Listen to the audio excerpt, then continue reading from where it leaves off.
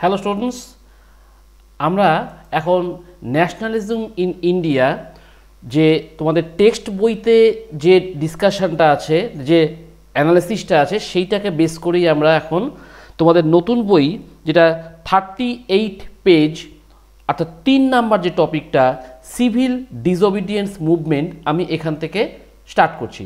চলো শুরু করি। তো আমরা আমাদের এর আগের লেকচারটা তোমরা নিশ্চয়ই পেয়েছো, যেখানে 1 এবং 2 ডিসকাশন করা ছিল। এখানে আমি পুরো চ্যাপ্টারটাকে শেষ করে দিচ্ছি। তো চ্যানেলটাকে অবশ্যই সাবস্ক্রাইব করবে, লাইক করবে, শেয়ার করবে এবং কমেন্টস করে জানাবে। তো চলো কথাবার্তা বেশি না বাড়িয়ে আমরা শুরু করছি এখন nationalism in India 3 number topic, that is towards civil disobedience movement. দেখো এখানে সিভিল, তোমরা এর আগের চ্যাপ্টারটা আগের পোর্শনে তোমরা পড়ে এসছো যে সত্যাগ্রহ মুভমেন্ট। এইবার আসছি আমরা সিভিল ডিসওবিডিয়েন্স মুভমেন্ট। দেখো একটা জিনিস, সিভিল ডিসওবিডিয়েন্স এবং সত্যাগ্রহ কিন্তু এক জিনিস নয়, এটা পিছন দিকে আছে, আমি ডিসকাশন করব। তো 1922-তে কী করলো মহাত্মা গান্ধী, তার নন কোঅপারেশন মুভমেন্টটা উইথড্র করে নিয়ে তারপরে সিভিল ডিসওবিডিয়েন্স ঢুকলো। তো প্রশ্ন আসলো যে নন কোঅপারেশন মুভমেন্ট কেন গান্ধীজি উইথড্র করে নিয়েছিল। দেখো ভেরি সিম্পল জিনিস, তোমরা জানো যে গান্ধীজির পলিসি ছিল যে অহিংসা, based on truth and non violence. তো দেখা গেল গান্ধীজির এই যে পলিসিগুলো, সেই সময় তো এত ইলেকট্রনিক প্রিন্ট মিডিয়া তো ছিল না, সে কারণে কি করলো, কিছু কিছু জায়গাতে আস্তে আস্তে ভায়োলেন্স লাগতে শুরু করলো এবং সেটা গান্ধীজি কিন্তু খবর পেয়ে গেল। তখন গান্ধীজি চিন্তা করলো যে এ তো কন্ট্রোলের বাইরে চলে যাচ্ছে। সেই সময় অল অফ এ সাডেন আমরা দেখলাম যে উত্তরপ্রদেশের চৌরি চাওড়া ভিলেজে সেখানে একদল লোক তারা পুলিশ স্টেশন ঘিরে ফেলে এবং তারা পুলিশ স্টেশনে আগুন জ্বালিয়ে দেয়। সেখানে 22 পুলিশম্যান বার্নড অ্যালাইভ। এই ঘটনা কিন্তু গান্ধীজিকে খুব শক দেয়, যার জন্য তিনি ডিসাইড করলেন যে নন কোঅপারেশন মুভমেন্ট তিনি উইথড্র করে নেবেন। দেখো এখানে একটা বিষয় যে তিনি রিয়ালাইজ করলেন যে এই মুভমেন্টে যারা ইনভলভ হচ্ছে, এই মাস পিপুল, এদেরকে আগে ট্রেন করা দরকার প্রপারলি। দেখো এখানটাতে আমাদের তোমাদের 38 পেজে যে স্টার্টিং প্যারাগ্রাফটা, এখানে দেখো in February 1922 Mahatma Gandhi decided to withdraw the non cooperation movement. এটাকে নাম্বার 1 লাগাও। তারপরে দেখো he felt the movement was a turning violent in many places. 2 number, and satyagrahis needed to be properly trained. দেখো এই কথাটা ভালো করে মাইন্ড করো, satyagrahis needed to be properly trained before they would be ready for mass struggle. অর্থাৎ ordinary পিপুলরা কিন্তু mass স্ট্রাগলের জন্য রেডি ছিল না, এদেরকে ট্রেনিং করার একটা খুব দরকার ছিল আর কি। এটা গান্ধীজি কিন্তু রিয়ালাইজ করেছিলেন। যাই হোক, পরবর্তীকালে আমরা দেখলাম যে এই যে কংগ্রেসের যে কাজকর্মগুলো, সেই কংগ্রেসের কাজকর্মে সবাই কিন্তু ঠিকঠাক স্যাটিসফাইড ছিল না, যে কারণে আমরা দেখলাম যে মতিলাল নেহেরু এবং CR দাস দুজন মিলে কিন্তু একটা স্বরাজ পার্টি এস্টাবলিশ করলেন। তোমরা বইতে 10 নম্বর লাইনে দেখো, এটা আন্ডারলাইন করে রাখো, এটা MCQ আকারে আসে যে CR Das and Motilal Nehru formed the Swaraj party. তারা কিন্তু কংগ্রেসে ছিলেন, সেখান থেকেও তারা একটা নতুন পলিটিক্যাল পার্টি ফর্ম করলেন। এবার তোমরা চলে আসো আমাদের এই পেজের 3rd প্যারাগ্রাফ। দেখো তোমরা জানো যে সাইমন কমিশন ইন্ডিয়াতে এসেছিল, এখান থেকেই কোশ্চেনটা। তোমরা একটু পাশে কোশ্চেনটা লিখে নাও। এই যে আমি দেখো এখানে লিখে রেখেছি, এই কোশ্চেনটা তোমরা একটু খাতায় বইয়ের মধ্যে লিখে নিবে। পাশে যে সাদা অংশটা আছে এর মধ্যে লিখবে। কি কোশ্চেনটা কি? What was Simon Commission? Why did it come to India? What was Simon Commission? Why did it come to India? দেখো এখানে বলছে, দেখো বইতে তোমরা ফার্স্ট লাইনে পেয়ে যাবে, 3rd প্যারাগ্রাফে ফার্স্ট লাইনে, in Britain constituted a statutory commission under Sir John Simon। দেখো স্ট্যাটুটারি কমিশন, এটা একটা ভালো শব্দ। স্ট্যাটুটারি মানেটা কি? স্ট্যাটুটারি মানেটা হচ্ছে যাদের লিগ্যাল রাইট আছে কোনো কিছু করার, অর্থাৎ ব্রিটিশ যে কনস্টিটিউট করে দিল আর কি, in Britain constituted a statutory commission under Sir John Simon, এটাকে নাম্বার 1 লাগাও। তারপরে এক লাইন পরে দেখো, the commission was to look into the functioning of the constitutional system in India and suggest changes। তাহলে কমিশনটা কেন এসেছিল, উত্তরটা হয়ে গেল, commission was to look into the functioning of the constitutional system in India and suggest changes, এটাকে underline করে নাও, এটা 2 number লাগাও। তাহলে প্রথম পার্টটা হলো যে কমিশনটা কি ছিল, স্ট্যাটুটারি কমিশন, ব্রিটেন কনস্টিটিউট করেছিল স্যার জন সাইমনের আন্ডারে। কমিশনটা কেন এসেছিল, the commission was to look into the functioning of the constitutional system of India, ঠিকঠাক চলছে কিনা, সেই কারণে এটা করা হয়েছিল আর কি। কিন্তু প্রবলেমটা কিন্তু সলভ হয়নি। দেখো পরের প্যারাগ্রাফে স্টার্টিংয়ে, when the Simon Commission arrived in India in 1928, একটা এমসিকিউ হয়ে গেল যে সাইমন কমিশনটা কবে এসেছিল, 28-এ। It was greeted with the slogan go back Simon, অর্থাৎ ইন্ডিয়ান কেউ সাইমন কমিশনকে অ্যাকসেপ্ট করেনি। তাহলে প্রশ্ন আসলো যে সাইমন কমিশনকে কেন ইন্ডিয়ানরা অ্যাকসেপ্ট করেনি। দেখো মেইন বিষয়টা ছিল যে সাইমন কমিশন যখন ইন্ডিয়াতে এলো, তারা কিন্তু ইন্ডিয়ানদের কোনো মেম্বার ওখানে ছিল না, ফার্স্ট। সেকেন্ড হচ্ছে যে এখানে ইন্ডিয়ানদের সঙ্গে আলোচনা করে কিছু করবো সেটা কিন্তু নয়, এবং এরা চেয়েছিল যে একটা ডোমিনিয়ন স্ট্যাটাস, ভেগ একটা কনসেপ্ট ডোমিনিয়ন স্ট্যাটাস এরা ইন্ট্রোডিউস করতে চাইছিল, যেটা কিনা ইন্ডিয়ানরা রিয়ালাইজ করে ফেলছিল, সেই কারণে এরা কিন্তু এর মধ্যে পা দেয়নি। এবার তোমরা চলে আসো পরের পেজে, অর্থাৎ 39 পেজ, ওল্ডের 63 পেজ। এখানে ওপরে একটা কোশ্চেন লিখে নাও। দেখো আমি এখানে একটা কোশ্চেন তোমাদের লিখে দিয়েছি, এই কোশ্চেনটা তোমরা একটু লিখে নাও বইয়ের উপর দিয়ে। What was the importance of the Lahore session, কোশ্চেনটা লেখো, what was the importance of Lahore session of 1929। Very very important question তোমাদের জন্য। দেখো এখানে কয়েকটা লাইন তোমরা দাগ দিয়ে নেবে। দেখো আমি এখানে মার্কিং করে রেখেছি, এই প্রত্যেকটা কালার একটা করে নাম্বারিং লাগাবে। In December 1929 under the Presidency of Jawaharlal Nehru, the Lahore Congress formalized the demand of Purna Swaraj or full independence of India। এইখানে ফার্স্ট টাইম কিন্তু ইন্ডিয়ানরা দাবি তুলল পূর্ণ স্বরাজ আমাদের চাই, এটা নাম্বার 1 করে দাও। তারপরে কি বলছে, it was declared that 26 January 1930 would be celebrated as Independence Day, এটাকে 2 নাম্বার লাগাও।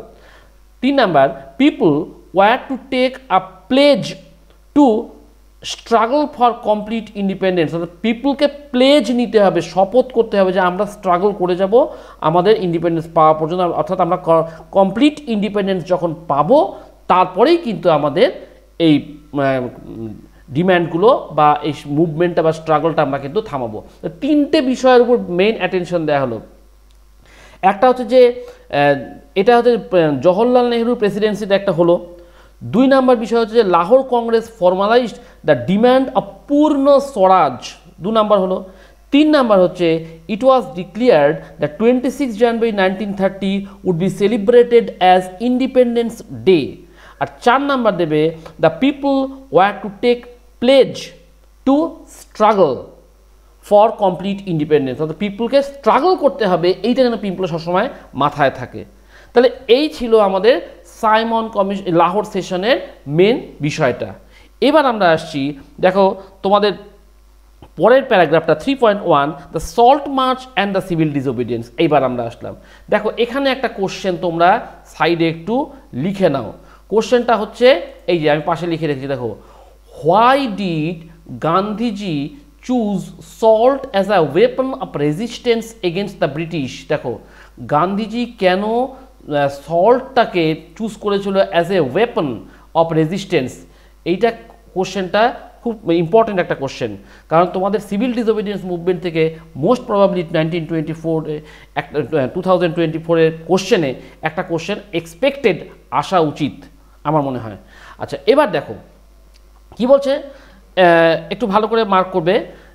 On 31st January 1930 he sent a letter to Viceroy Irwin stating 11 demands. দেখো 11 ডিম্যান্ডস তিনি রেখেছিলেন লর্ড আরউইনকে যখন চিঠি লিখলেন, তার মধ্যে এই ডিম্যান্ডগুলো কী কী ছিল?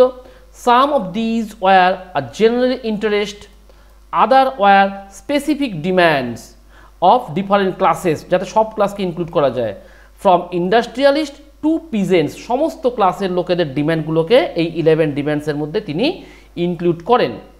এরপরে এই 2 লাইন বাদ দিয়ে আসো, দেখো the most striking of all the demands two abolish the salt tax. দেখো এখানে একটা জিনিস তোমাদের বলে দিই যে 1929-30 এই পিরিয়ডটাকে বলা হয় ওয়ার্ল্ডের ইয়ার অফ ইকোনমিক ডিপ্রেশন। এই পিরিয়ডটাতে কি হয়েছিল যে যখন আমেরিকাতে ইকোনমিক ডিপ্রেশন আসলো, তার এফেক্টটা কিন্তু সর্বত্রই পড়েছিল, এবং সে কারণে আমরা দেখলাম যে ব্রিটিশরা ইন্ডিয়াতে এসে সল্ট প্রোডাকশন বন্ধ করে দিয়ে তাদের সল্ট কিনতে কিন্তু বাধ্য করালো, এবং তারপর একটা হিউজ ট্যাক্স তারা ইম্পোজ করেছিল আর কি। গান্ধীজি এই জিনিসটাকে রিয়ালাইজ করলেন যে তাকে এই সল্টের যে ট্যাক্সটা এটাকে অ্যাবলিশ করাতে হবে। তার কারণটা কি বলছে, salt was something consumed by the rich and poor alike, অর্থাৎ পোর এবং রিচ তারা প্রত্যেকেই একইভাবে কিন্তু সল্টটাকে নেয়, and it was one of the most essential item of food. এটা একটা মোস্ট এসেনশিয়াল আইটেম ছিল সমস্ত ধরনের লোকেদের, সেখানে হিন্দু, মুসলিম, খ্রিস্টান, বৌদ্ধিস্ট থেকে আরম্ভ করে রিচ পোর সকলের সল্ট লাগবেই, সেই কারণে সল্টটা একটা মোস্ট ইম্পর্ট্যান্ট ইস্যু। আরেকটা কি বলছে, the tax on salt and the government monopoly over the production, Mahatma Gandhi revealed the most oppressive face of the British. ব্রিটিশরা এই জায়গাটাতে মোস্ট অপ্রেসিভ ফেস যেটা তুলে ধরেছিলেন, গান্ধীজি কিন্তু এটা শো করলেন। তাহলে কি হলো, সল্ট মার্চ কেন গান্ধীজি স্টার্ট করলেন? What was the condition under which he started? 1930-তে যখন ইকোনমিক ডিপ্রেশনটা আসলো, সেটা ইংল্যান্ডের উপরে এফেক্ট পড়েছিল। সে সময় আমরা দেখলাম যে ব্রিটিশরা চেয়েছিল ইন্ডিয়ান সল্ট প্রোডাকশন যেন স্টপ হয় এবং ব্রিটেনের সল্ট যেন কিনতে ওরা বাধ্য থাকে, এবং তারপর একটা হিউজ ট্যাক্স ইম্পোজ করে দিয়েছিল। গান্ধীজি দেখলেন যে এই সল্ট হচ্ছে এমনই একটা ইস্যু যেটা সমস্ত সেকশনের লোকেদের লাগবে, এবং এই সমস্ত লোকেদেরকে নিয়ে আমি একটা বেশ মাস মুভমেন্ট করতে পারবো, কারণ এই সল্টটা রিচ পোর প্রত্যেকে কনজিউম করে। আর গান্ধীজি দেখলেন যে ব্রিটিশদের একটা খুব বাজে একটা অপ্রেসিভ ফেস ব্রিটিশরা শো করছিল, যার জন্য তিনি চিন্তা করলেন এটাই একটা আমার ইস্যু হবে, সিভিল ডিসোবিডিয়েন্স মুভমেন্ট। এবার গান্ধীজি কি করলেন, দেখো পরের প্যারাগ্রাফটা 1 to 3 নাম্বার প্যারাগ্রাফ 39 পেজে, দেখো এইখানটা একটু দাগ দাও। Mahatma Gandhi started his famous salt march. এখানে একটা শর্ট নোট আকারে প্রশ্ন একটা আসে, write a short note on Dandi march, শুধু এইটুকু লিখলেই হবে। কি বলছে, Mahatma Gandhi started his famous salt march accompanied by 78 of his trusted volunteer. The march was over 240 miles. কতখানি লম্বা চললো? 240 miles. কোথা থেকে? From Gandhiji's Sabarmati Ashram to Gujarati coastal town Dandi. The volunteers worked for 24 days, about 10 miles a day. তাহলে দেখো কয়েকটা point এখানে mind করতে হবে। একটা হচ্ছে যে কতজন গেছিল? 78 ট্রাস্টেড ভলেন্টিয়ার্স। কতটা গেছিল?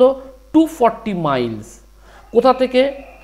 সবরমতী আশ্রম থেকে ডান্ডি পর্যন্ত, এই এতটা পথ তিনি হেঁটেছিলেন, এবং পার ডে তারা 10 মাইল করে হাঁটতেন। আচ্ছা, এবার on 6th April he reached Dandi and ceremonially violated the law manufacturing salt by boiling sea water. তাহলে দেখো এখানে একটা জিনিস, এখান থেকে অনেকগুলো এমসিকিউ আকারে আসে বা বড় প্রশ্ন আকারে আসে। কবে স্টার্ট হয়েছিল, কোথায় এন্ড হয়েছিল, গান্ধীজি সেখানে কি করলেন, এন্টারটা কিন্তু আমরা এখানে দেখতে পাচ্ছি। এরপরে দেখো একটা প্রশ্ন পাশে লিখে নাও যে how was civil disobedience movement different from non cooperation movement. দেখো সিভিল ডিসোবিডিয়েন্স মুভমেন্টের থেকে নন কোঅপারেশন মুভমেন্টটা ডিফারেন্সটা কী ছিল। দেখো তোমরা তো স্কুলের স্টুডেন্ট, একটা এক্সাম্পল দিয়ে তোমাদেরকে বুঝাই। ধরো স্কুলের টিচার ম্যাথস ক্লাস করাতে এসছেন, এবার তোমরা কেউ বেঙ্গলি খুলে নিয়ে বসে আছো, কেউ ইংলিশ খুলে নিয়ে বসে আছো, কেউ ফিজিক্স খুলে নিয়ে বসে আছো। টিচার যখন বলছে তোমরা শুনছো না, দ্যাট ইজ নন কোঅপারেশন। এবার আরেকটা স্টেপ, তোমাদের যে নর্মাল স্কুলিং টাইম, তোমরা একদিন কি করলে, সবাই মিলে ডিসাইড করলে যে আমরা 12টার সময় স্কুলে যাব, 12টার সময় স্কুলে গিয়ে আমরা সেই সময় সিভিল ড্রেসে যাব, ব্যাট বল নিয়ে যাব, এই সমস্ত করবো আর কি। তাহলে কি করলে তোমরা স্কুলে, প্রত্যেকটা স্কুলে একটা ল থাকে, সেই লটাকে তোমরা ভায়োলেট করলে। এটা কিন্তু সিভিল ডিসওবিডিয়েন্স। তাহলে আমি যেটা বুঝাতে চাইছিলাম সেটা হচ্ছে what are the difference between civil disobedience and non cooperation. ঠিক আছে, আচ্ছা এবার দেখো তাহলে জিনিসটা বুঝতে পারলে, the people were now asked not to refuse cooperation with the British as had done in 1920, but also to break colonial law. তারা শুধুমাত্র যে রিফিউজ করবে তাই নয়, তারা কলোনিয়াল লটাকেও ব্রেক করবে। Thousands in different parts of the country broke the salt law. প্রচুর লোক সল্ট ল ব্রোক করলো। কি করলো তারা? Manufactured salt and demonstrated in front of the government salt factories. তারা মার্চ করলো, ডেমনস্ট্রেট করলো, মিছিল মিটিং করছে। As the government spread, foreign clothes were boycotted, the liquor shops were picketed, peasants refused to pay revenue and chowkidari tax, village officials resigned, and in many places forest people violated forest law, going into reserved forest to collect wood and graze cattle. তার কারণটা কি? ওদেরকে তো নতুন forest ল তৈরি করে ওখানে entry নেওয়া বন্ধ করে দিয়েছিল। এইবার তাহলে এত ধরনের লোক এরা কিন্তু সবাই এটাকে রিফিউজ করলো। কি করলো? ফার্স্ট হচ্ছে তারা প্রিভিয়াসলি যেমন আমরা দেখেছিলাম নন কোঅপারেশন মুভমেন্টে শুধুমাত্র ব্রিটিশকে রিফিউজ করেছিল কোঅপারেশন করার জন্য, তা কিন্তু নয়, এখানে উল্টে কলোনিয়াল লটা কিন্তু ভায়োলেট করলো। এই যে আমি তোমাদের স্কুলের যে একটা এক্সাম্পল দিচ্ছিলাম, মনে হচ্ছে তো? তারপরে কি বলছে এখানে, থাউজেন্ডস অফ পিপুল তারা এই সল্ট লটাকে ভায়োলেট করছে, এবং তারা গভর্নমেন্টের যে সল্ট ইন্ডাস্ট্রি ফ্যাক্টরিজ ছিল তার সামনে গিয়ে তারা প্রোটেস্ট করতে শুরু করলো। এবং যখন এই মুভমেন্ট আরও স্প্রেড করতে শুরু করলো, দেখা গেল foreign clothes were boycotted, foreign liquor shops were picketed, তার সামনে কেউ যেন লিকার মানে ওয়াইন বিক্রি না হয়। Peasants refuse to pay revenue and chowkidari taxes. তাহলে বোঝো কতখানি স্প্রেড করে যাচ্ছে। ভিলেজ অফিসিয়ালসরা তারা রিজাইন দিয়ে দিল, এবং যারা এই যে ফরেস্টের মধ্যে যে লোকগুলো থাকতো বা যাদেরকে ফরেস্ট থেকে বের করে দেওয়া হয়েছিল, নিউ ফরেস্ট ল ইন্ট্রোডিউস করে, সেই তারাও ভিতরে এন্ট্রি নিয়ে তারা ফায়ারউড বের করতে শুরু করলো এবং অ্যানিম্যাল গ্রেজিং শুরু করে দিল। এক কথা, তোমাদের কোনো কিছু আমরা আর মানছি না। বোঝা গেল? এবার দেখো তোমরা চলে আসো 40 পেজে। 40 পেজে দেখো সেকেন্ড প্যারাগ্রাফ, দেখো একটা লেখা আছে, why did Gandhiji decide to call off civil disobedience movement. দেখো গান্ধীজি কল অফ করলো সিভিল ডিসওবিডিয়েন্স মুভমেন্ট। তোমরা এখানে এই যে আমি যেগুলো বিভিন্ন কালারিং করে রেখেছি, তোমরা এটাকে শুধু 1 2 3 4 করে মার্কিং করবে। দেখো তোমরা খাতা বইয়ের পাশে লিখে নাও একটুখানি যে why did Gandhiji decided to call off civil disobedience movement, লিখে নাও বইয়ের মধ্যে। Why did Gandhiji decide to call off civil disobedience movement? হচ্ছে দেখো এখানে দ্বিতীয় লাইনে থার্ড লাইনে আন্ডারলাইন করো, when আব্দুল গাফফার খান। আব্দুল গাফফার খানটাকে না ডিসাইপল অফ মহাত্মা গান্ধী, মহাত্মা গান্ধীর শিষ্য আব্দুল গাফফার খান আর devout disciple of Mahatma Gandhi was arrested in April 1930. Angry crowd demonstrated the street of Peshawar facing armored car and police firing. Number 1 লাগাও। Number 2, many were killed, প্রচুর লোক মারা গেল। Number 3, a month later when Mahatma Gandhi himself was arrested, 3 number লাগাও। Industrial workers in Solapur attacked the police posts, municipal buildings, law court, railway stations, মানে all the structures of British গভর্নমেন্টের যেগুলো structure ছিল সবগুলোতে। The frightened government responded with a policy of brutal repression. Peaceful Satyagrahis were attacked, women and children were beaten, and about 1 lakh people were arrested. In such a situation, Mahatma Gandhi once again decided to call off this movement. দেখো তাহলে অনেকগুলো কারণ কিন্তু পরপর চলে আসলো। কি হলো? ফার্স্ট যেটা আসলো, খান আব্দুল গাফফার খান, যে কিনা মহাত্মা গান্ধীর শিষ্য ছিল, সে যখন অ্যারেস্ট হলো 30 এপ্রিল, তখন তিনি মূলত নর্থ ওয়েস্টার্ন পার্টসটা দেখতেন। তখন তো পাকিস্তানটা ইন্ডিয়া ছিল, তো সেই সমস্ত জায়গাতে পেশোয়ার এই সমস্ত জায়গাতে প্রচুরভাবে পিপল এই আব্দুল গাফফার খানের অ্যারেস্টকে প্রোটেস্ট করতে শুরু করলো, ডেমনস্ট্রেশন করতে শুরু করলো, এবং তখন পুলিশ ফায়ারিং করতে শুরু করলো ওপেনলি। পিপুল ফেস করছে, কোনো অসুবিধা নেই, মরে যাচ্ছে, তাদের কোনো ডোন্ট ওয়ারি। তারপরে কি বলছে? মেনি ওয়ার কিল্ড, বোঝো, প্রচুর লোক মারা গেল। তার ঠিক 1 মাস পরে গান্ধীজিকে পর্যন্ত তারা অ্যারেস্ট করে নিল। যখন গান্ধীজিকে অ্যারেস্ট করলো, সেই সময় কি হলো?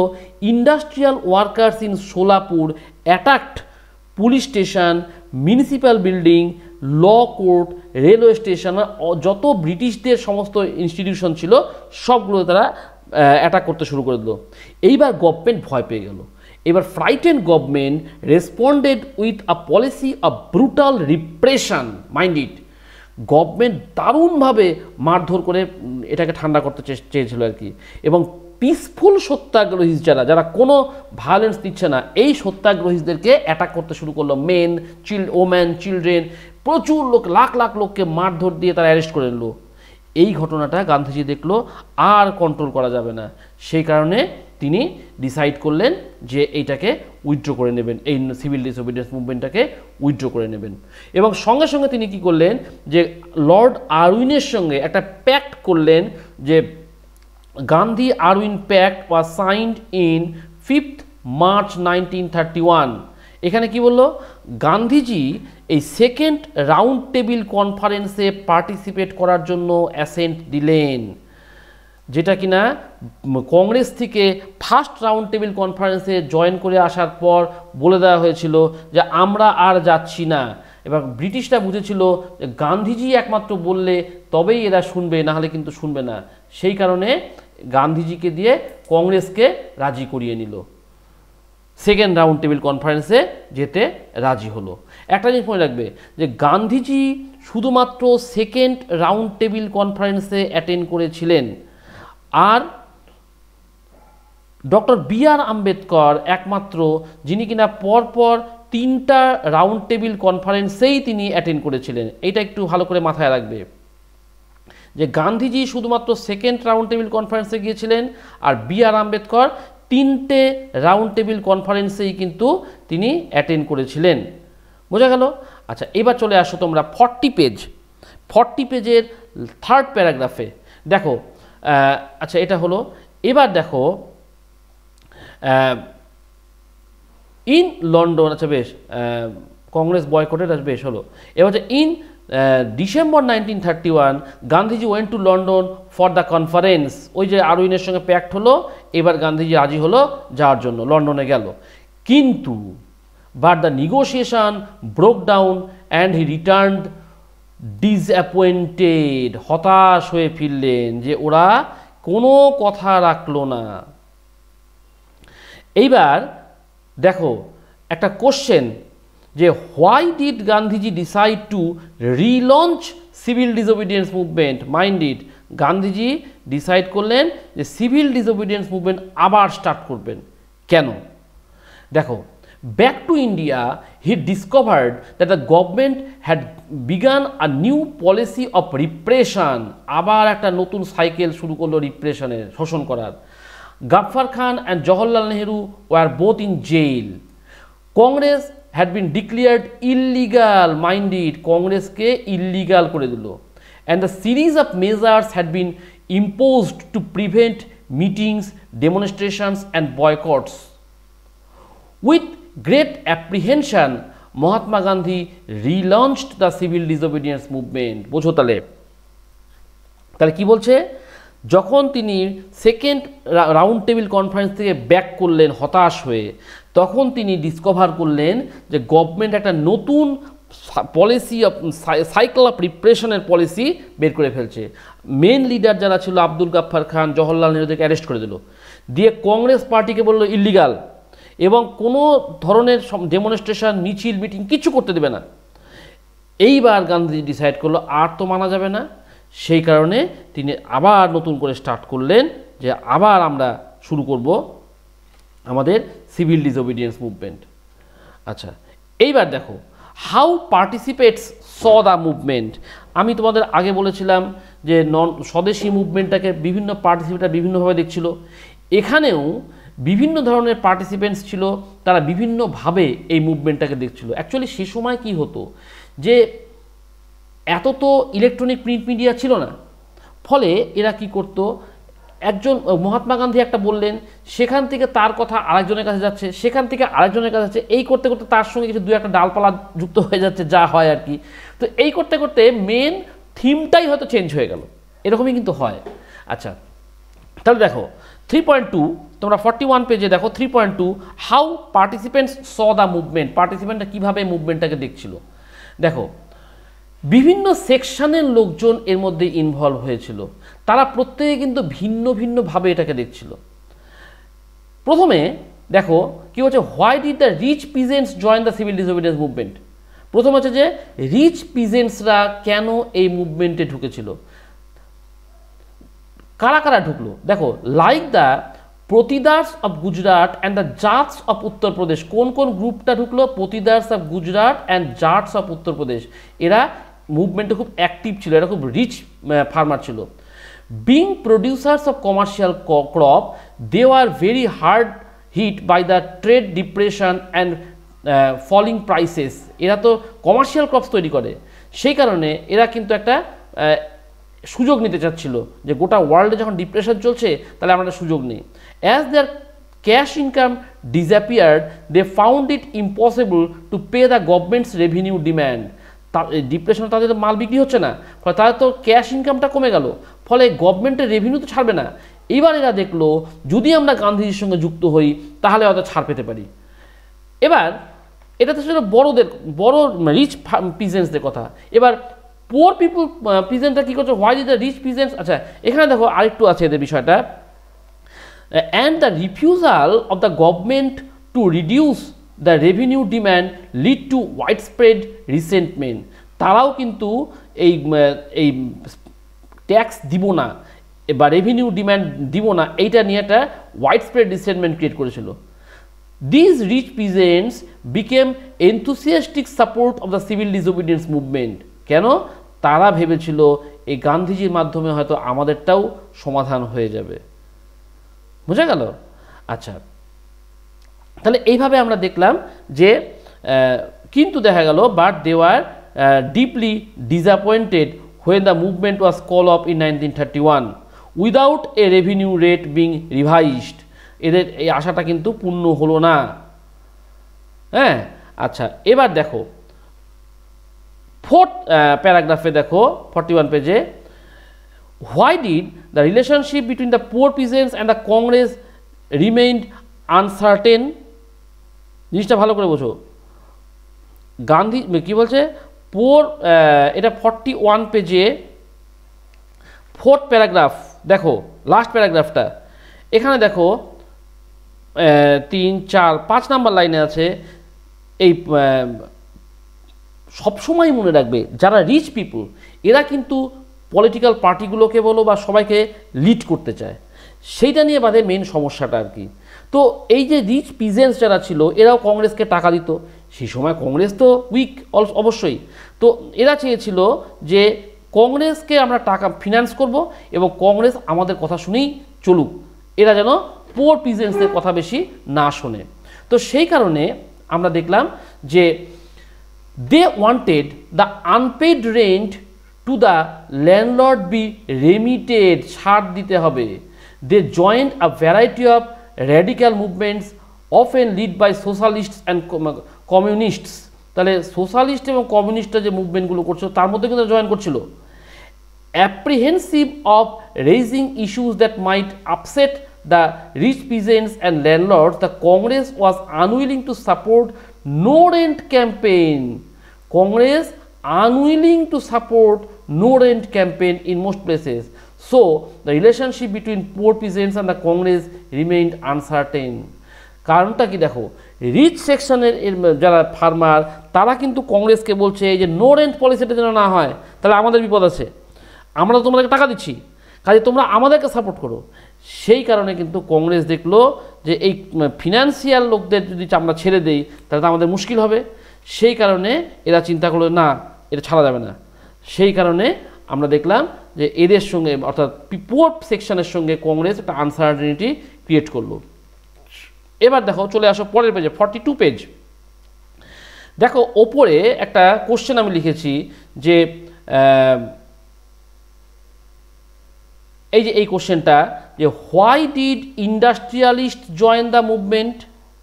দেখো প্রত্যেকটা সেকশনের ভিন্ন ভিন্ন মোটো কিন্তু আছেই। তো দেখো কি বলছে, during the First World War Indian merchants and industrialists had made huge profit and became powerful. দেখো industrialists had made huge profit and became powerful, তাতে কি হলো, keen on expanding their business, they now reached against colonial policies that restricted business activities. তাহলে colonial policy maker যারা ছিল তারা কিন্তু ইন্ডিয়ানদের business যাতে এক্সপ্যানশন না করে তারপরে অ্যাটেনশন দিয়েছিল। এইবার এই লোকগুলো ইন্ডাস্ট্রিয়ালিস্টগুলো দেখলো যে আমরা যদি গান্ধীজিকে হেল্প পাই তাহলে আমাদেরকে ব্রিটিশরা এত চাপ দিতে পারবে না। সেখানে কি বললো, they wanted protection against the import of foreign goods and আর rupee sterling foreign exchange ratio that would discourage imports. অর্থাৎ এখন যেটা কারেন্সি ইন্ডিয়ান রুপি এবং ডলারের যে রেশিওটা ব্যাপারটা থাকে সেই সময় রুপি এবং স্টার্লিং ইংল্যান্ডের এই দুটো নিয়ে একটা রেশিওটা খুব খারাপ ছিল। তো সেই জন্য ইন্ডিয়ানরা যেটা অ্যাটেনশন দিচ্ছিল, ফোকাস করছিল, সেটা হচ্ছে যে ফরেন গুডস যাতে ইন্ডিয়াতে বেশি না আসে তাহলে ইন্ডিয়ান মাল বিক্রি হবে, আর এই রুপি স্টার্লিং রেশিও যাতে এত খারাপ সেখানে ইম্পোর্ট করতে ডিসকারেজ করুক, সবাইকে সেটা বলা হচ্ছিল। To organise business interest they form the Indian industrial and commercial congress in 1922 and Federation of Indian Chambers of Commerce and Industries in 1927 lead by prominent industrialists like Purushottamdas Thakurdas and GD Birla. তাহলে এরা দুজন মিলে দেখো 1920-তে একটা commercial Congress তৈরি করে, industrial commercial Congress তৈরি করে দিয়েছিল। পরবর্তীকালে 1927-এ ফিকি, যেটা এখনও কিন্তু আছে, FICCI, federation of Indian commerce and chambers and industries, এইটা কিন্তু এই দুজন ইন্ডাস্ট্রিয়ালিস্ট, একজন জিডি বিড়লা আর একজন পুরুষোত্তম দাস ঠাকুর দাস, এরা দুজন মিলে কিন্তু করেছিল। এটা অনেক সময় 1 মার্কস কোশ্চেন আছে, name two associations formed by Indian industrialists. এই যে এই কোশ্চেনটা যেটা আমি লিখে দিচ্ছি এখানে, এই কোশ্চেনটা অনেক সময় MCQ আকারে আসে যে দুটো ইন্ডাস্ট্রিয়ালিস্টের নাম বলো যারা সেই সময় তৈরি করেছিল, বা দুটো অ্যাসোসিয়েশনের নাম বলো। কি কি অ্যাসোসিয়েশন? একটা হচ্ছে আমাদের Indian industrial and commercial Congress, আরেকটা হচ্ছে the federation of Indian chambers of commerce and industries বা সংক্ষেপে ফিকি ইন 1927। এই দুটো অ্যাসোসিয়েশন কিন্তু তৈরি হয়েছিল। আচ্ছা, এই পেজটাতে খুব একটা ইম্পর্টেন্স কিছু নেই, আমরা চলে আসছি দেখো 43 পেজে। দেখো 43 পেজে কি বলছে, একটা কোশ্চেন 42 পেজে একটা ছোট্ট কোশ্চেন হয়, why did woman join the movement, ওম্যানরা কেন জয়েন করেছিল মুভমেন্টে। দেখো নিচে 42 পেজের লাস্ট প্যারাগ্রাফে দেখো যে ওম্যানরাও গান্ধীজিকে সাপোর্ট করার জন্য এসেছিল এবং তারা ভেবেছিল যে গান্ধীজিকে সাপোর্ট করলেই দেশকে সার্ভ করা হবে আর কি। ডিউরিং আচ্ছা কী বলছে, important feature of civilism movement was large scale participation of woman, তাহলে কী বলছে, গান্ধীজি যখন সল্ট মার্চ করছিল সে সময় কী হলো, thousands of woman come out of their home and to listen him মানে গান্ধীজিকে। They participated in the protest march and manufactured salt and picketed foreign clothes and liquor shops. Many were sent to jail. এই ওম্যানদেরকেও ব্রিটিশরা কিন্তু জেলে ঢুকিয়ে দিচ্ছিল। এই ওম্যানদের মধ্যে কোন ওম্যানরা পার্টিসিপেট করেছিল?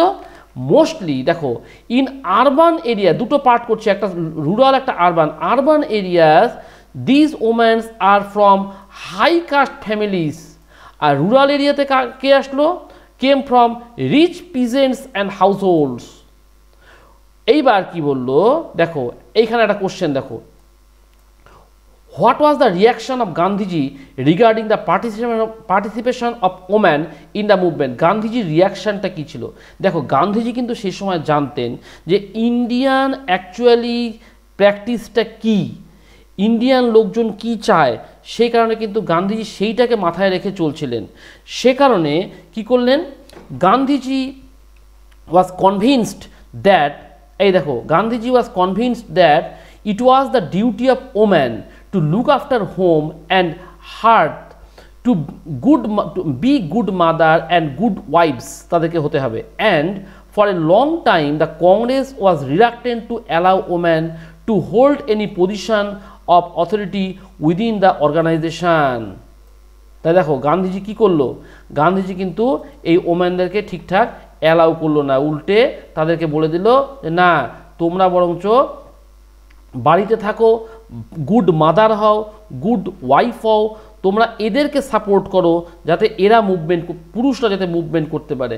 এবং সেই সময় কিন্তু কংগ্রেসের তরফ থেকে কোনো ওম্যানকে স্পেশাল কোনো পজিশন দেওয়া হতো না। আচ্ছা, এই পেজটা খুব একটা, এই প্যারাগ্রাফটা খুব একটা ইম্পর্টেন্ট নেই। দ্বিতীয় প্যারাগ্রাফটায় দেখো তোমরা, এই যে 44 পেজের সেকেন্ড প্যারাগ্রাফে এখানে একটা কোশ্চেন লেখো। এই যে নিচে দেখো আমি কোশ্চেনটা লিখে দিয়েছি যে why did Ambedkar clashed with Gandhiji for separate electorate. এই কোশ্চেনটা তোমরা বইতে সাইডে লিখে নাও যে why did Ambedkar clashed with Gandhiji for separate electorates. দেখো সেকেন্ড প্যারাগ্রাফে একটু ভালো করে মন দিয়ে পড়বে। Doctor B R Ambedkar who organise the Dalits into the depressed class association, এই যে একটা অ্যাসোসিয়েশন ফর্ম করলো, depressed classes association in 1930।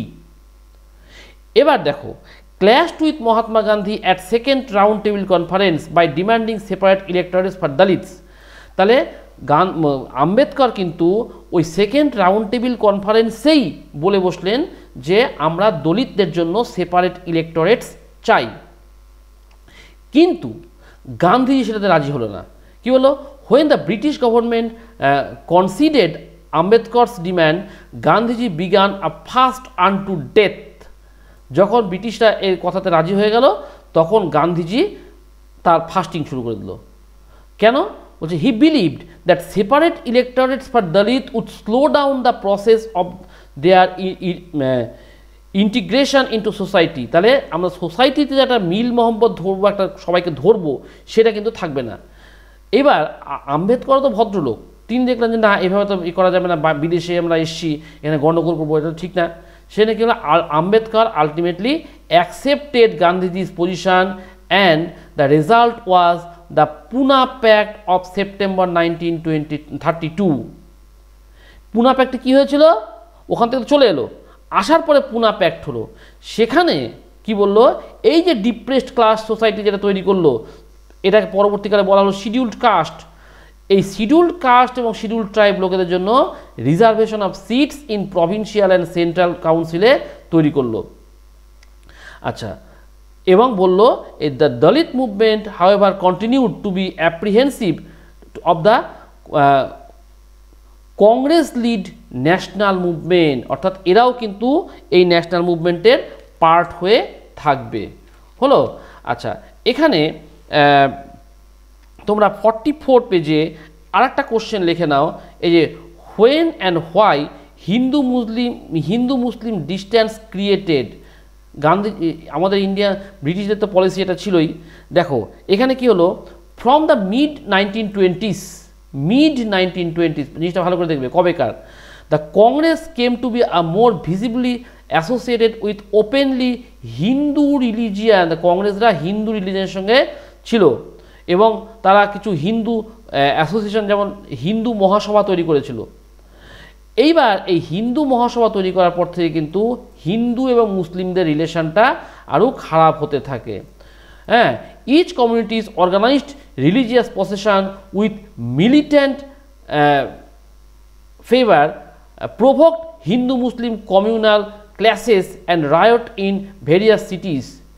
Every riot dependent the distance between the two communities. যখনই হিন্দু মুসলিমের রায়ট হচ্ছে, সঙ্গে সঙ্গে কিন্তু হিন্দু মুসলিমের মধ্যে দূরত্বটা সমানে বেড়ে যাচ্ছে। এটা কিন্তু খুব একটা খারাপ দিক, হিন্দু মুসলিমের দূরত্ব সমানে বেড়ে যাচ্ছে, এটা কিন্তু মোটেই এক্সপেক্টেড নয়।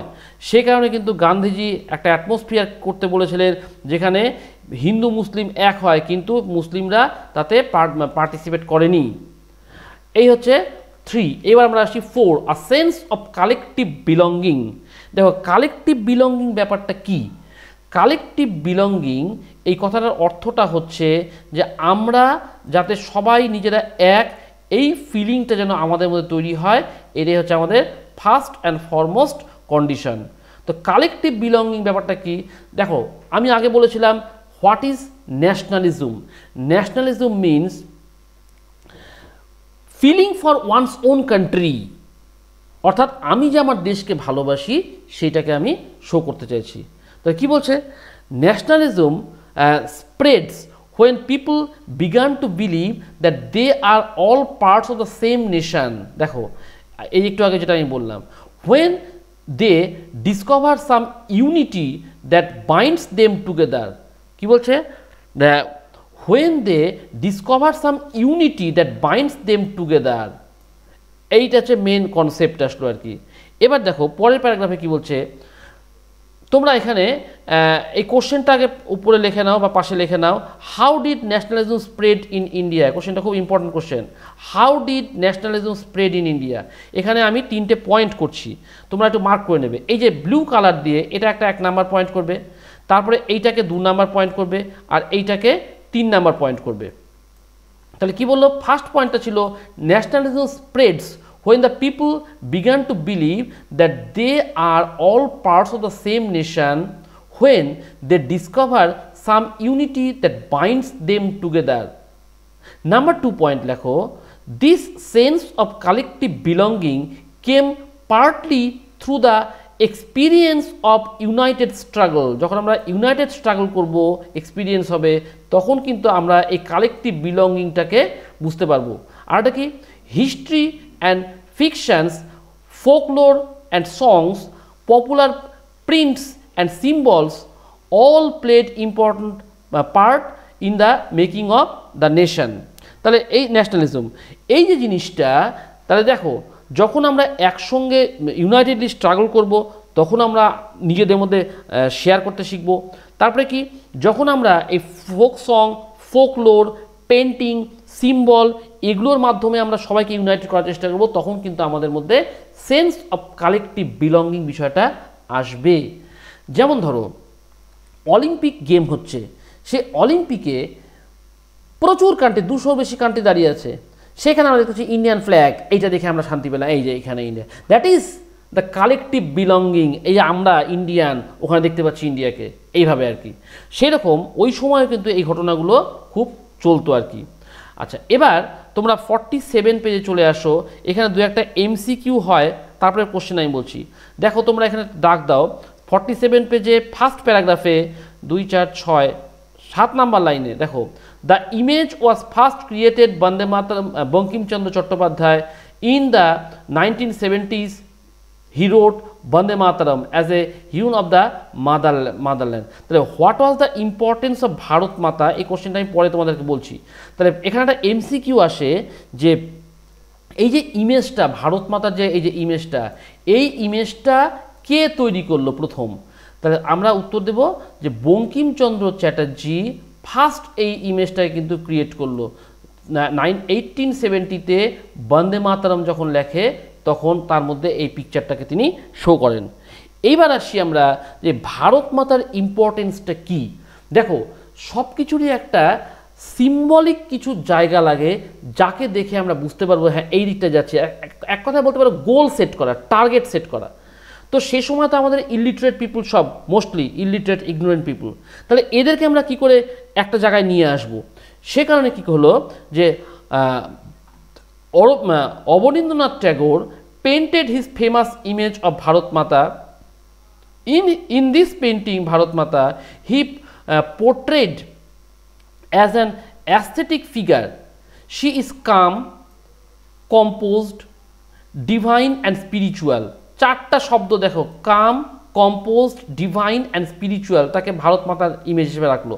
In subsequent years the image of Bharat Mata acquired many different forms as it circulated in popular prints and was painted by different artists. অনেকে প্রিন্ট করতে শুরু করলো, পেইন্ট করতে শুরু করলো।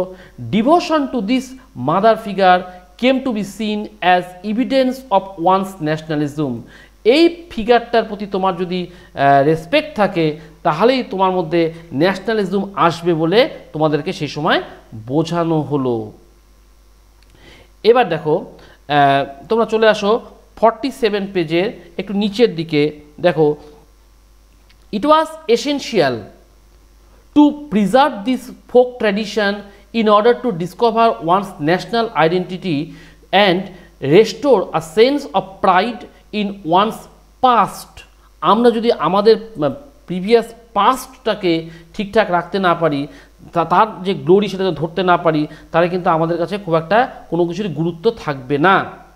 এবার দেখো চলে আসো তোমরা পরের পেজে 48 পেজে। দেখো ফার্স্ট যে প্যারাগ্রাফটা আছে একটা আন্ডারলাইন করে নিও। In Madras Natesa Sastri published a massive 4 volume collection of Tamil folk tales. এটার নাম কি ছিল? এই তামিল ফোক টেলসটা এখানে বলল যে the folklore of southern India. এই নামটা খুব ভালো করে মনে রাখবে, এটা এমসিকিউ আসে কিন্তু। এরপরে দেখো তোমরা চলে আসো একটা কোশ্চেন পাশে লিখে নাও, আমি এখানে লিখে দিয়েছি। দেখো, trace the origin of national flag of India. কিভাবে আমাদের ন্যাশনাল ফ্ল্যাগটা আসলো? দেখো সেকেন্ড প্যারাগ্রাফে এই যে আমি ব্লু কালার করে রেখেছি, এটাকে আন্ডারলাইন করে নেবে তোমরা। During the swadeshi movement in Bengal আর ট্রাই কালার ফ্ল্যাগ, কী কী কালার ছিল? Red, green and yellow. বোঝো, রেড, গ্রিন অ্যান্ড ইয়েলো তিনটা কালার দিয়ে প্রথমে তৈরি হলো, ওয়াজ ডিজাইন। It had 8 লোটাসেস। কিসের জন্য? Representing 8 provinces of British India. সেই সময় যে মধ্যপ্রদেশ, উত্তরপ্রদেশ, এরকম 8টা প্রভিন্স ছিল। এই প্রভিন্সগুলোকে রিপ্রেজেন্ট করার জন্য 8টা লোটাস দেওয়া হয়েছিল। অ্যান্ড আ ক্রিসেন্ট মুন একটাও ছিল। আচ্ছা, রিপ্রেজেন্টিং হিন্দুস অ্যান্ড মুসলিমস। এই যে লোটাস আর হচ্ছে crescent moon, Hindu Muslim represent করলো। By 1921 Gandhiji had design the Swaraj flag. সেখানে কি বলে, গান্ধীজি আলাদা করে স্বরাজ ফ্ল্যাগ তৈরি করলো। কি বললো? এটাও ট্রাই কালার ছিল, কিন্তু এখানে ওই যে আগে যেটা রেড, গ্রিন অ্যান্ড ইয়েলো ছিল, এখানে বললো রেড, গ্রিন অ্যান্ড হোয়াইট, এইটাকে আলাদা করলো। সেই সঙ্গে কি করলো? He had a spinning wheel in the centre. তার একটা স্পিনিং হুইল দিয়ে দিয়েছিল। Representing the Gandhian ideal of self help. Carrying the flag, holding it aloft during marches become a symbol of defense. আমরা যে এই ফ্ল্যাগটাকে ক্যারি করি, এটা একটা আমাদের একটা প্রাউডের বিষয় আর কি। আচ্ছা, এবার দেখো তোমরা চলে আসো 48 পেজের 4th প্যারাগ্রাফ নিচের দিকে। দেখো 1, 2, 3 নাম্বার প্যারাগ্রাফ, 3 নাম্বার প্যারাগ্রাফটা দেখো। এখানে কোশ্চেন লিখে নাও, আমি নিচে লিখে রেখেছি। How did the reinterpretation of history strengthen the national movement. এই কোশ্চেনটা তোমরা ভালো করে লেখে নাও। দেখো, রিইন্টারপ্রিটেশন অফ হিস্ট্রি কথাটার মানেটা কি? আমি তোমাদের একটা অন্য গল্প বলছি। দেখো, ধরো একজন স্টুডেন্ট কেউ প্রাইমারিতে খুব ভালো রেজাল্ট করতো, সে সবসময় 100 মারতো, 98 মারতো, কিন্তু কোনো কারণে 7-8-এ এসে তার মার্কসটা সমানে কমে যাচ্ছে, সে 30-40-তে চলে এসছে। এবার তাকে তার বাবা মা বুস্ট আপ করার জন্য বলতে শুরু করলে, শোন তুই তো এই সময় এত নাম্বার পেতিস, তোর মধ্যে পোটেনশিয়ালিটি আছে, তুই জেগে ওঠ, তুই আবার 100 পাবি। এই বলতে বলতে কিন্তু ছেলেটা একটা সময় দেখা যাবে আবার স্পার্ক করলো, আবার সে 100 পেতে শুরু করলো। তো এই যে জিনিসটা, সেম জিনিসটা এখানে, যে by the end of 19th century ব্রিটিশরা ইন্ডিয়ানদেরকে বোঝাতে শুরু করলো যে ইন্ডিয়ানস, ব্রিটিশরা দেখতো কীভাবে, Indians as backward, primitive, incapable of governing themselves, এরা কিচ্ছু করতে পারে না। এইবার ইন্ডিয়ানরা কী করলো, আমাদের পাস্টের যে গ্লোরিজ ছিল, অ্যাচিভমেন্টস ছিল, সেইগুলোকে তারা পিপুলদেরকে বলতে শুরু করলো। দেখো, আমরা অ্যানসিয়েন্ট টাইমে আমাদের সাউথ ইন্ডিয়াতে যে সমস্ত টেম্পলসগুলো আছে, আমাদের প্রচুর ইনভেনশনস, ডিসকভারিস আছে বিভিন্ন ফিল্ডে, ম্যাথমেটিক্স, সায়েন্স, রিলিজিয়ান, কালচার, ল, ফিলোসফি, ভ্যারাইটিস ফিল্ডে আমরা কিন্তু ফ্লোরিস্ট করেছিলাম। সেইগুলোকে মানুষের সামনে তুলে ধরা হলো যে ব্রিটিশরা কিন্তু আমাদের ভুল বোঝাচ্ছে, আমাদের হিস্ট্রিটা যদি আমরা তুলে ধরতে পারি, that is more than sufficient. এবং এইভাবে পিপুলকে রিচার্জড করা হয়েছিল আর কি, যাতে কিনা ইন্ডিয়া আমরা আমাদের নিজের বিষয়টাকে বুঝতে পারি, ফিল করতে পারি, আন্ডারস্ট্যান্ড করতে পারি, যাতে কিনা আমরা নিজেদেরকে ডিমোরালাইজড না ভেবে আমাদের প্রিভিয়াস পাস্ট, যেটা খুব ভালো গ্লোরিয়াস পাস্ট ছিল, সেইটাকে হাইলাইট করে আমরা আমাদের যে ডিক্লাইন্ড হিস্ট্রি সেটাকে আপডেট করতে পারবো, এবং এই কলোনিয়াল পলিসি যেটা ছিল সেটাকে আমরা চেঞ্জ করতে পারবো আর কি। আচ্ছা, এরপরে আমরা চলে আসো লাস্ট কনক্লুশন। দেখো তোমাদের 49 পেজে কনক্লুশন যে জায়গাটা আছে, এখানে একটা কোশ্চেন তোমরা লিখে নাও, why the unity within the movement often broke down. এই মুভমেন্টটার ইউনিটি মাঝে মধ্যেই ভেঙে যেত কেন? দেখো, the Congress under the leadership of Mahatma Gandhi tried to channel people's grievances into organised movement for independence. অর্থাৎ বিভিন্ন গ্রুপের যে গ্রিভান্সগুলো ছিল, সেই গ্রিভান্সগুলোকে তারা একটা অর্গানাইজ ওয়েতে মুভমেন্টটাকে ক্যারি আউট করতে চাইছিল। এই মুভমেন্টটা কি বললো, এই মুভমেন্টটা ট্রাইড টু ফোরেজ আর ন্যাশনাল ইউনিটি। এই অন্য বিভিন্ন গ্রুপগুলোর যে গ্রিভান্সগুলো ছিল সেগুলোকে ন্যাশনাল ইউনিটির কাজে লাগানোর জন্য তিনি চেষ্টা করতেন। But as we have seen, diverse groups and classes participated in this movement with varied aspirations and expectation. তাহলে দেখো, আমি আগে বলেছিলাম মুভমেন্টে বিভিন্ন গ্রুপগুলো যে পার্টিসিপেট করছে কেন, তাদের প্রত্যেকের নিজস্ব ভেস্টেড ইন্টারেস্ট, এক্সপেক্ট করছে সেটা ফুলফিল হয়ে যাবে। সেই কারণে কিন্তু যখন তাদের মুভমেন্ট তাদের ফুলফিল হচ্ছে না, তখন কিন্তু তারা এই কাজটা করছে। As the grievances were wide ranging, freedom from colonial rule also meant different things to different people. বিভিন্ন মানুষের ডিফারেন্ট থিঙ্কিং করতো। The Congress continuously attempted to resolve differences and ensure that the demand of the group did not alienate another. একজনের সঙ্গে একজনের ডিমান্ডকে আরেকজনের ডিমান্ডের সঙ্গে মিশানো যাবে না। এই কারণে কিন্তু বিভিন্ন গ্রুপগুলো যে আসছিল, তারা তাদের নিজেদের মতন করে নিজেদের অ্যাসপিরেশন ফুলফিল করার জন্য এসেছিল, কিন্তু যখন দেখছে ন্যাশনাল মুভমেন্টে যে আমাদের এটা ফুলফিল হচ্ছে না, তখন কিন্তু তারা ডিজার্টেড হয়ে যাচ্ছিলো এবং তখন তারা সেই মুভমেন্ট থেকে বেরিয়ে যাচ্ছিল। তো এই ছিল তোমাদের এই চ্যাপ্টারের মেইন বিষয়টা। আমরা দুটো লেকচারে আমি এটাকে শেষ করলাম। এর আগে একটা লেকচার 1 তোমরা দেখতে পাবে, আর এটা হচ্ছে লেকচার 2। যদি কোনো প্রবলেম থাকে তোমরা কমেন্ট সেকশনে কমেন্ট করে জানাবে। চ্যানেলটিকে অবশ্যই সাবস্ক্রাইব করবে, লাইক করবে, শেয়ার করবে, এবং কোথায় কি প্রবলেম হচ্ছে আমাকে জানাবে, আমি তোমাদেরকে রেসপন্স দেওয়ার চেষ্টা করব। Thank you.